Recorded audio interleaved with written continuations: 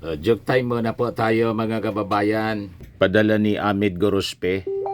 Kwento ito ng mag-ama. Galit na galit yung tatay sa kanyang anak. Sabi ng tatay, bagsak ka na naman sa klase mo. Di mo kasi tularan yung pinsan mo. Ang tataas ng grado. Sabi ng anak sa kanyang tatay, Tay, wag mo naman akong ikumpara sa pinsan ko. Sabi ng ama, bakit naman? Bakit naman hindi? Aber, sagot po ng anak, kasi po, napakatalino ng tatay niya. Kaya matalino yung pinsan kasi matalino yung tatay. Alam na kung bakit bobo siya. May pinagmanahan. Tinamaan, nag-backfire po. Nag-backfire yung panggalit po ng tatay sa kanyang sa kanyang anak. Mana kasi yung bata. Automatic na po, 200 pesos. Message mo na lang po yung GCash number mo. Kasali ka na rin po sa ating monthly draw. 5,000 pesos yung cash prize pag nabunot ka. Nabunot yung pangalan po ninyo. Pag hindi po, kasali ka pa rin sa monthly draw o sa grand draw sa December. 10,000 po yung cash prize natin. Di bueno, balik tayo dito sa ating topic. Kasi sabi ng ating mga authorities, pati ng Palasyo Malacanang, lumala mga kababayan yung mga fake news peddlers. Pagpapakalat ng fake news ng mga fake news peddlers. And because of that, hindi lang anti-kidnapping task force ang binuo ng PNP, pati po anti-fake news. May task force na rin po sa anti-fake news. At ngayon nga po, pati yung NBI, may series of cases na po ang pinafile sa mga fake news peddlers. Ito yung sabi ng PNP. Bumuo na sila ng special committees versus kidnapping and fake news to reinforce its commitment to public safety and truth in information, sabi po ng Philippine National Police. May Anti-Kidnapping Action Committee o JAKAC. So bago siyang grupo. Tapos Joint Anti-Fake News Action Committee o JAFNAC. Itong mga task forces na to ang magiging madalas ninyong maririnig sa mga susunod na araw. So sabi po ni General Marbil, itong JAKAC at JAFNAC, yung JAKAC will focus on identifying, investigating, and neutralizing organized kidnap for ransom, kidnap for hire operations in the country. Ito naman na JAFNAC will address the growing menace of misinformation and disinformation that threaten public trust, peace, and national security. Yung disinformation, misinformation, fake news, ginawa pong warfare, ginawang armas, lalo na po ng mga grupo na allied sa kampo ng mga Duterte. Ito po yung balita sa Manila Standard, fake news being weaponized by pro-Duterte groups. Sabi ni Congressman David J.J. Suarez ng Quezon, ito ang digital warfare, plain and simple. This is a digital warfare, plain and simple. And the battlefield is not just the internet. It's the hearts and minds of millions of Filipinos. This is a wake-up call. The weaponization of disinformation to mislead, misinform, and manipulate voters is one of the gravest threats to our democracy today.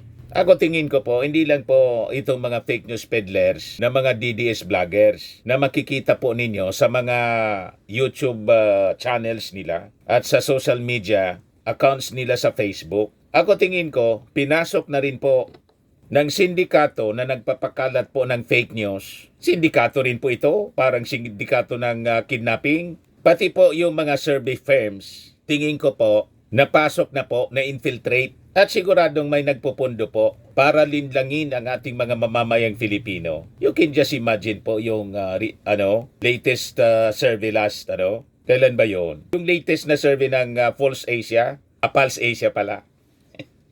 Bagsak yung ratings ng ating Pangulo na nagtatrabaho, ang mataas yung ratings ni Sara na wala mang ginagawa. Hindi talaga po matanggap ng ating mga mamamayang Filipino. Kaya ang bansag nila sa Pulse Asia, False Asia. Nagapagtataka man talaga po. Saan ka pulutin niya nang yung Vice Presidente wala mang ginagawa, di man magtrabaho, sige lang ang pamirwisyo. Mataas yung trust ratings. Yung ating Pangulo, mga kababayan na sub-sub sa trabaho, bagsak. Lokohan na talaga po, mga kababayan. So ito na ngayon ang gagawin. It is a threat to democracy, sabi po ni J.J. Suarez. Siguro, kasama dapat sa imbestigahan nito ninyo. Although, di ba, sa TRICOM, may mga in-invite kayo na mga survey firms, yung SWS, Pulse Asia. Kaya lang, parang hindi man ninyo tinanong. I think kailangan ninyong balikan para imbestigahin po yung methodology. Sino ba talaga yung mga tinatanong? Baka yung mga tinatanong po, mga taga Davao lang, nag-survey sa Davao lang mga kababayan. Hindi man nila pinapakita. Sinasabi lang nila na ang sinurvey nila, mga 1,000 respondents or 1,200 respondents. Pagkatapos, sasabihin nila na ito yung mga nangunguna sa pagkasenador at sa pagdating naman sa trust rating, ito yung tumataas, ito naman yung bagsak. Bagsak yung ating Pangulo na sub-sub sa trabaho, tapos mataas yung trust rating nang walang ginagawa. Di ba? Pero may paliwanag mga kababayan si Yusek Castro. Tama din naman yung kanyang analysis. Mamaya, i-replay natin yung press briefing kanina sa Palasyo Malacanang. Dito muna tayo sa sinasabi dito sa balita ng Manila Standard. Yan mga pro-Duterte groups mga kababayan ang nagpapakalat ng fake news. So kung ako, ang advice ko lang po sa inyo mga kababayan, pag-identified na ninyo na pro-Duterte, kailangan ang problema po, nagsisipaglitawan po yung mga fake accounts na parang kabote. Pag hindi na lang ninyo po kilala kung anong mga grupo, organizations, kadudadudang mga Facebook accounts, YouTube accounts, mga personalities, basta't nagpabor po sa mga Duterte, wag na ninyong paniwalaan kasi lahat man lang kasinungalingan po. Propaganda. Para hindi na kayo mabiktima po. Ako pagaling sa mga sources allied with the Dutertes, hindi na ako naniniwala dyan. Ikis agad po. Matik.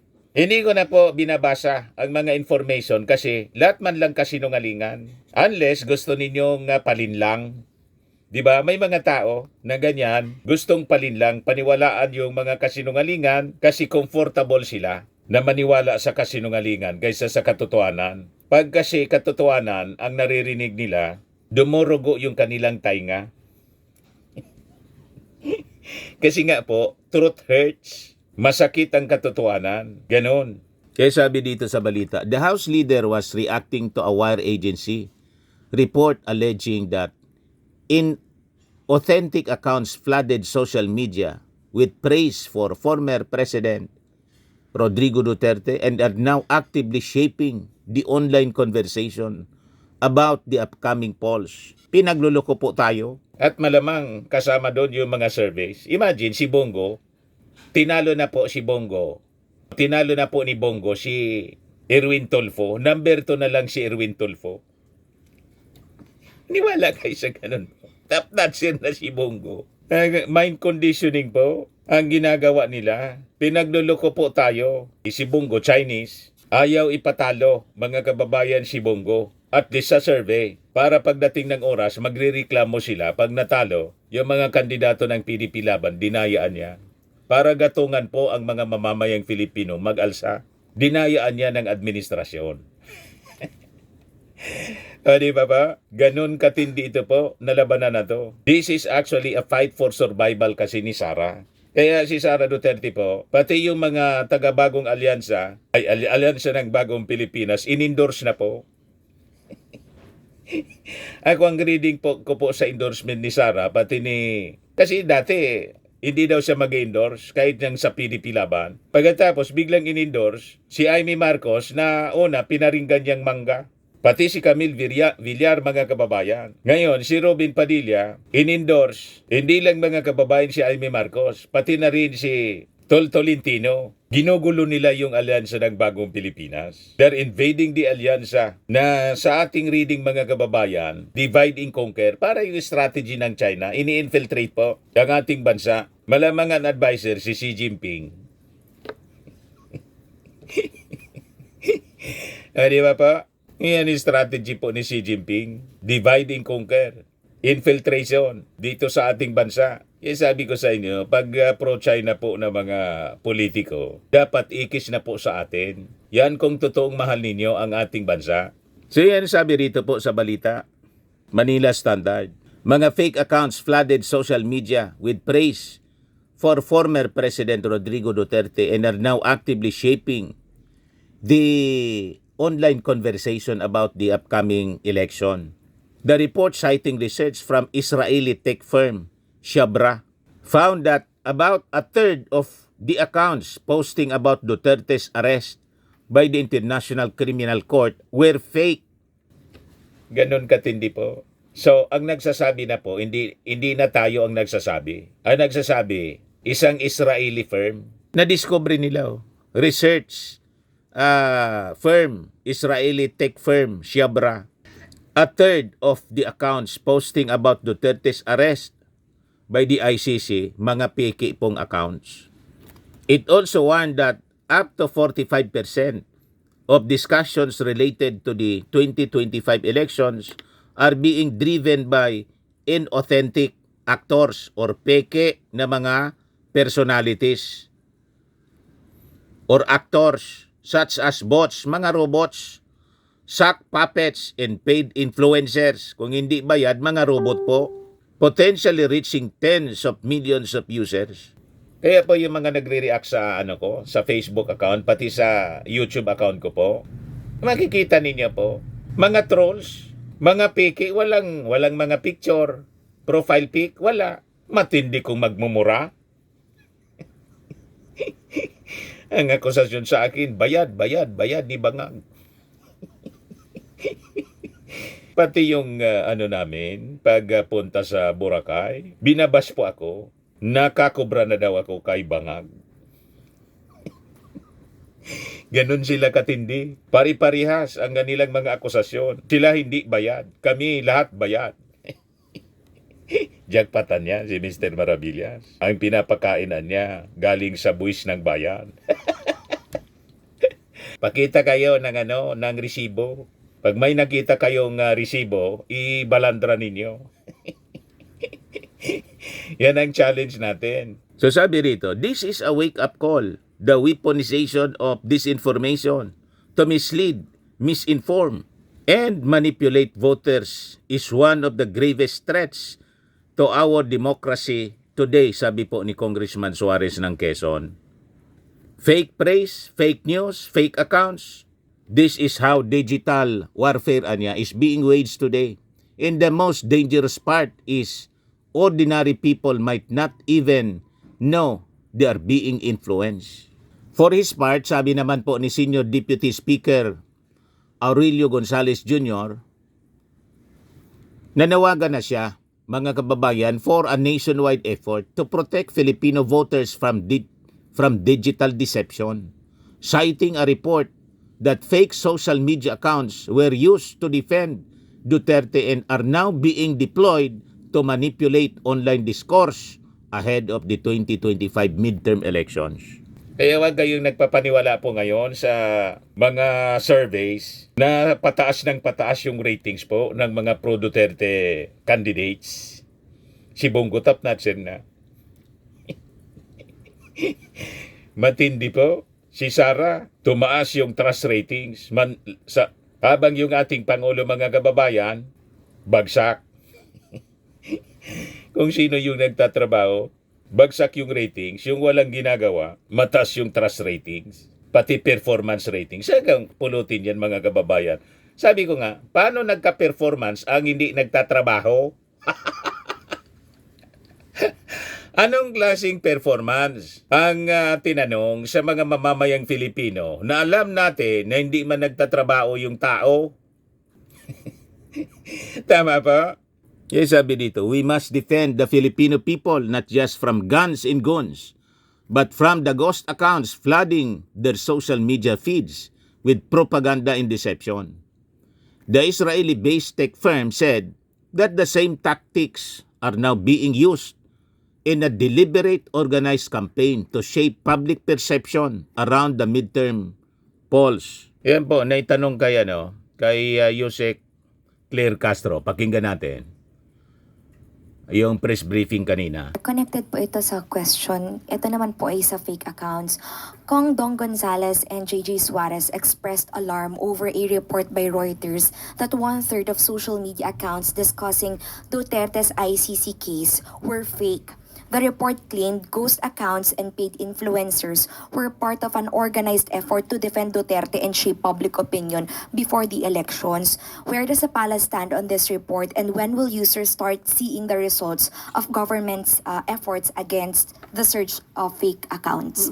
Katulad ng aking nasabi, we just had a meeting, sectoral meeting a while ago, and there is still ongoing meeting with the President. So, kung ano man po yung detalye po, ang masasabi ko lamang po, madiin po ang direktiba ng ating Pangulo na sawatain, pigilan ang fake news. Hindi po ito nakakaganda sa gobyerno, hindi po ito nakakaganda sa ekonomiya, at hindi rin po ito nakakaganda sa taong bayan. Sam Medinilla, Business Mirror. Hey, good morning, ma'am. In relation, ma'am, regarding dun sa sectoral meeting with the President at saka the ICT this morning, bukod po sa fake news, may other matters pa po ba na pag-usapan? Like internet connection enhancement or cybersecurity during po dun sa sectoral meeting? Thank you po. Meron po. Pinag-uusapan din po natin ay magkaroon ng magandang connectivity. Isa po ito sa proyekto ng ating Pangulo. Pero kung ano man po yung ibibigay natin na magandang serbisyo para sa taong bayan, hindi ko po muna ibibigay yung pinakadetalye. Siguro by June ay mararamdaman na po ito ng taong bayan. Pero hindi ko muna po sasabihin yung mga detalye. Thank you po, ma'am. Christian Yusores, Radyo 630. Hi, Yusek. President Marcos has been vocal sa kanyang position sa claims ng gobyerno at ng Pilipinas sa West Philippine Sea. Ano po yung naging reaction niya doon sa balita nga po na lumabas na sa Google Maps yung West Philippine Sea? Definitely po, masaya po ito. Nakakatuwa po ito. Parang kung di po tayo nagkakamali ay last week pa po ito na balita. Kaya po alam namin kung gaano po yung kasiyahan, hindi lamang ito para sa atin, no? Para ito sa buong bansa. Masaya na makilala ang West Philippine Sea kahit na ang iba ay sinasabing gawa-gawa lamang daw ang West Philippine Sea. Muli, dahil nagkaroon ng pagkilala sa isang platform katulad po ng Google Maps, ito po ay isang ipinagpupunyagi po natin dahil isa to ay sa pagkilala ng West Philippine Sea ay sa atin. Anyone? Moving on to other news, Maricel Halili, News 5. Magandang tanghali po, Yusek. Merong lumabas na Pulse Asia survey na nagpapakita na malaki po yung ibinaba ng approval at trust ratings ni President Marcos. How concerning is this for the President? Nalaman po natin na ang respondents dito ay 2,400. So sa 2,400, hindi naman po ito nagre-reflect ng sentimiento ng kabuuang more than 100 million people or Filipinos in the country. But dahil nga nakita at nabanggit natin itong mga fake news, sumasalamin din po ito sa impluensya ng mga fake news na nagkakalat. Katulad na sinabi, meron ngang findings na nabanggit ang Reuters at ito ay galing sa isang Israel-based data intelligence firm or disinformation security firm. And I quote, "The level of coordinated disinformation seen in the Philippines was far above the typical 7% to 10% range of online conversations globally about highly sensitive or polarizing issues. End quote. So, kung ang mga tao man na ito ay nagbigay ng kanilang mga opinyon, maharahil ay bunga ito ng mga fake news.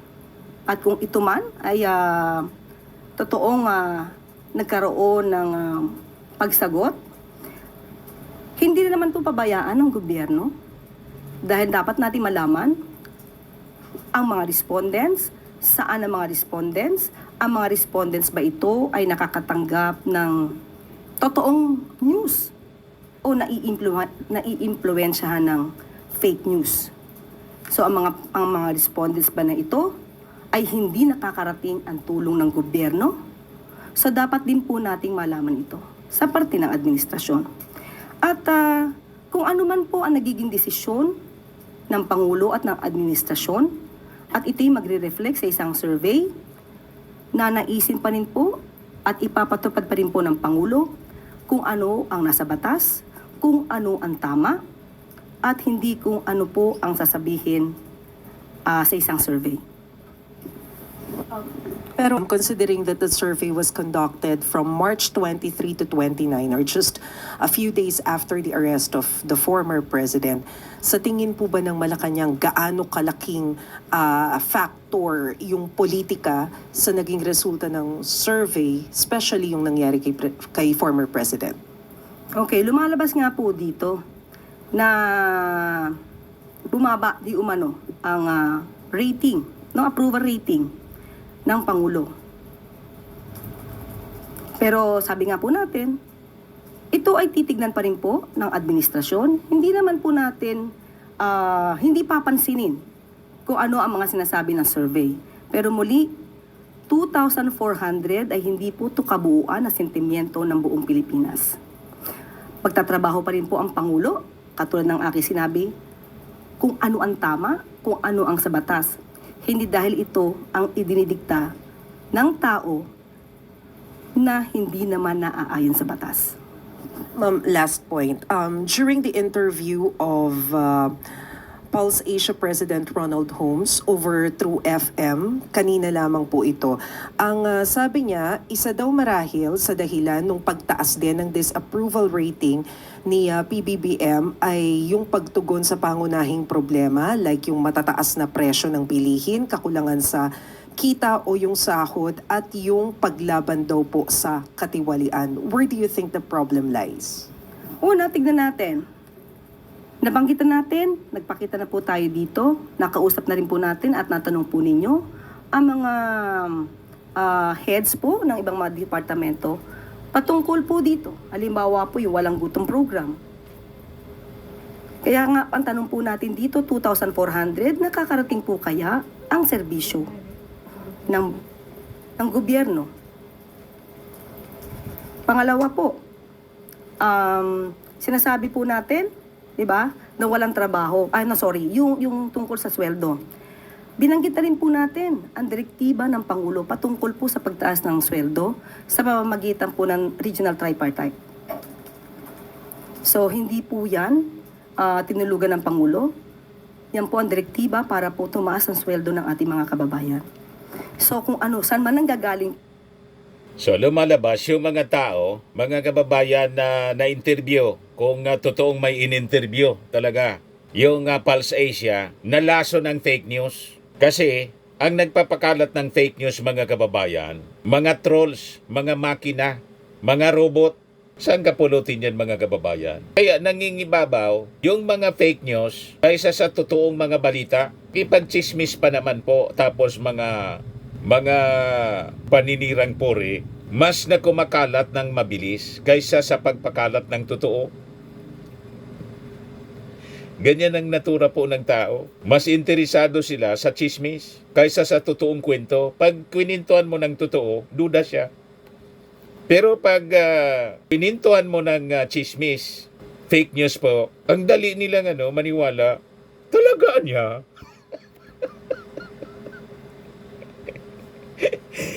Ganon katindi. Alam po ninyo, may biblical explanation dyan. It is because of the sinful nature of man. Yan ang dahilan kung bakit madali tayong maloko. Madali na ma-deceive. Yan ang kapangyarihan po ng Team Kadiliman. Team Dilim. Sabi ko sa inyo, iwasan ninyo, makinig po sa Team Dilim, doon sa itim, na binabalo tayo ng kadiliman. Pag doon kayo naniwala, talo kayo. Yun po, ibig sabihin, pinili ninyo na mabudol. Di ba? Pinili ninyo na maloko kayo. Sige, magpaloko kayo. Tingnan natin kung sino ang talo. Di ba? So ito yung gustong i-address ng ating gobyerno kasi ang mga kalaban po, robot. Itong opinion ni Holmes, Mr. Holmes, okay? Yan ay kanyang opinion. Siguro mas maganda rin po na malaman niya kung ano ba talaga yung katotohanan. Baka po kasi nasasapawan ng good news ng mga fake news. Oh, tama. Nasasapawan yung good news. Walang excitement kasi makinig sa good news. Kahit sa Bible po, di ba ang tawag sa Bible? Good news. Ayaw makinig sa preaching po mula sa salita ng Diyos. Ang mga tao, ang gusto nila galing sa mga manghuhula. Horoscope. Yan ang pinaniniwalaan ng mga tao ngayon. Yung mga haka-haka. Pero pag mula sa Bible po, mula sa good news, biblical truth, ayaw makinig ng tao. Ayaw ko niya makinig niyan. Boring. Ganon ang reality sa mundo mga kababayan. Hindi man lang ito dito. Dati sa global phenomenon, mga kababayan. Kasi nga, ito yung panahon ng mga huling araw. Ang mga tao, pasama ng pasama. Nakita ninyo? Viral yung yung advertisement ng itim. Pero hindi man natin sinasabi dahil nag-viral po, iboboto po yung propeta ng kadiliman. Di ba? O ngayon, yung NBI po, ang sabi may isang vlogger, taga Cebu, hinuli. At manguli na sila po nitong mga nagpapakalat ng mga fake news, itong mga vloggers, fake news peddlers. Ito yung interview ng mainstream kay Director Jaime Santiago ng NBI. About yung mga vlogger na sabi ko, yung mga vlogger na nasa abroad, di pagbalik nila dito, may warrant of arrest sila, arestuhin namin sila. Yun namang mga nandito, pagka napailan namin sila ng kaso, arestuhin namin sila. Biglang binago na. Ayan. Tinatakot ko daw ang mga OFW. Yung mga OFW naman, na hindi nalalaman ang tunay na pangyayari, nagalit na sa akin. No? At sabi na, wala nang remittance, wag natin sundin ng gobyerno. That is inciting to sedition na. Kaya hindi tama eh. Ngayong, biro nyo, pati yung OFW na alam naman natin sila mga bayani ng bayan. Kinukuha nila yung galit para magalit sa gobyerno. Ayan po. Seryoso na po ang ating mga authorities na tugisin po itong mga nagpapakalat ng fake news kasi ang sinisira po ang ating demokrasya. Ginawa nilang weapon, sabi nga po ni J.J. Suarez. This is digital warfare, plain and simple. And the battlefield is not just the internet, it's the hearts and minds of the millions of Filipinos. This is a wake-up call, the weaponization of disinformation to mislead, misinform, and manipulate voters is one of the grievous threats to our democracy today. Kasi, dahil sa mga disinformation, fake news po, maiboboto natin yung mga maling tao. Imagine, kung ang iboboto natin mga kababayan sa pagkasenador, hindi man maglilingkod sa bayan, kundi maglilingkod kay Sara. Di ba? So, magsisweldo mula sa taxes ng mga tao, pagkatapos ang paglilingkuran isang pamilya lang. Lugi naman po niyan ang ating mga mamamayang Filipino.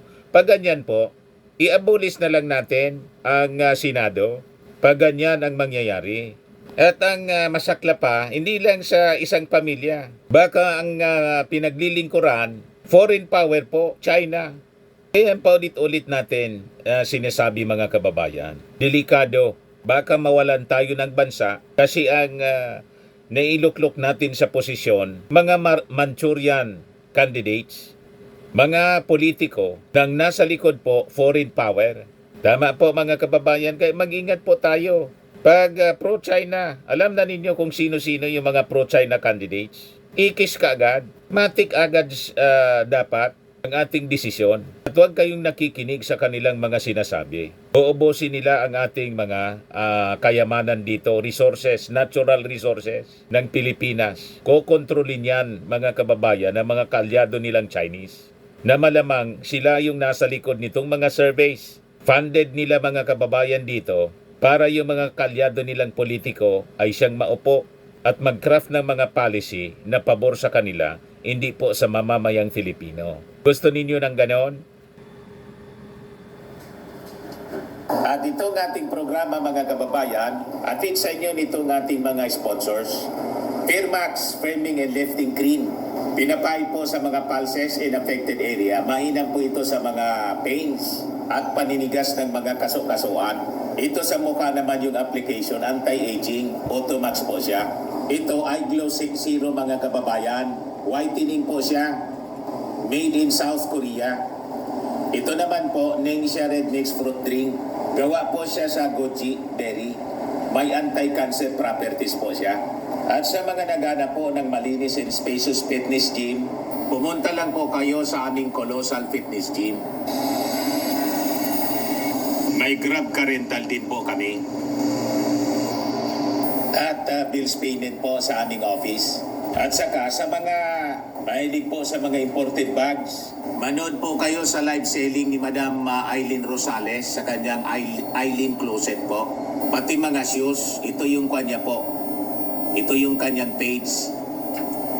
Kita ninyo, napakagandang mga online selling po siya. Si Madam Aileen Rosales. At cellphone number niya po, 773-798-7816.